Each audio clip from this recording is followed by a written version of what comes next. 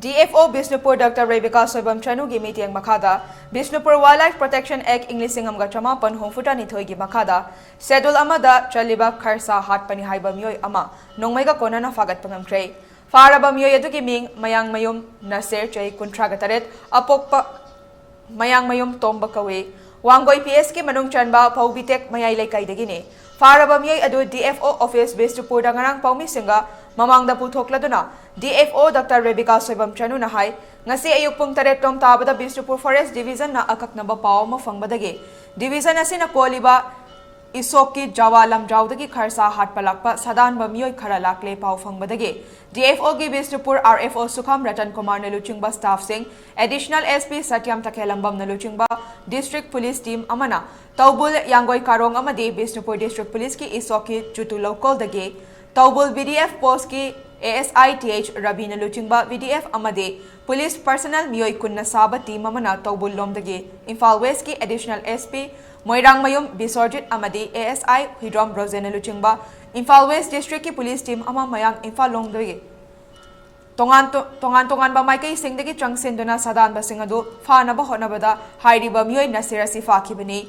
Mangondagi Kharsa hatpada seasonaba single barrel ama kapayariba maru ahum amade sell on lupali sing ani so fagat pangamle faraba single barrel adugi number 39083014 ni faraba nupa sina Kharsa laba ama nongmaina ahanba kapada palaba matungda chen kibadage anirak subo ina kapada Kharsa laba si sibani haide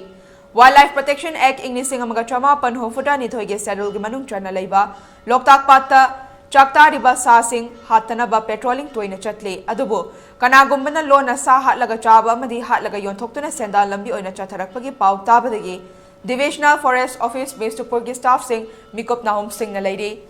ngase sadan banupa ama faba ngamliba si miyamna Forest Department ta support tawbadagini fara banupa si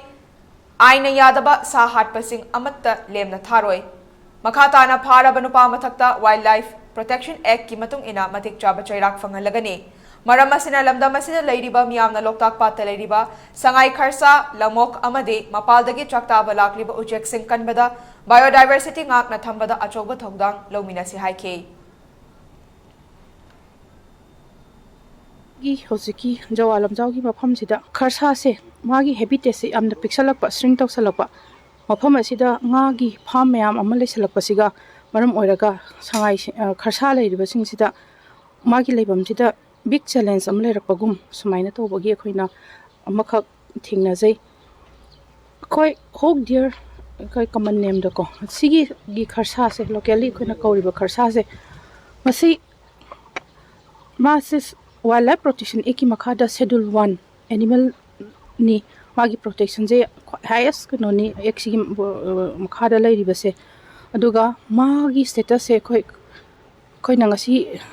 amatangairaba Manipur da phangba prithvi gi mafam atai da phangdaba hainariba sangai siga magi conservation status se chamanaba samani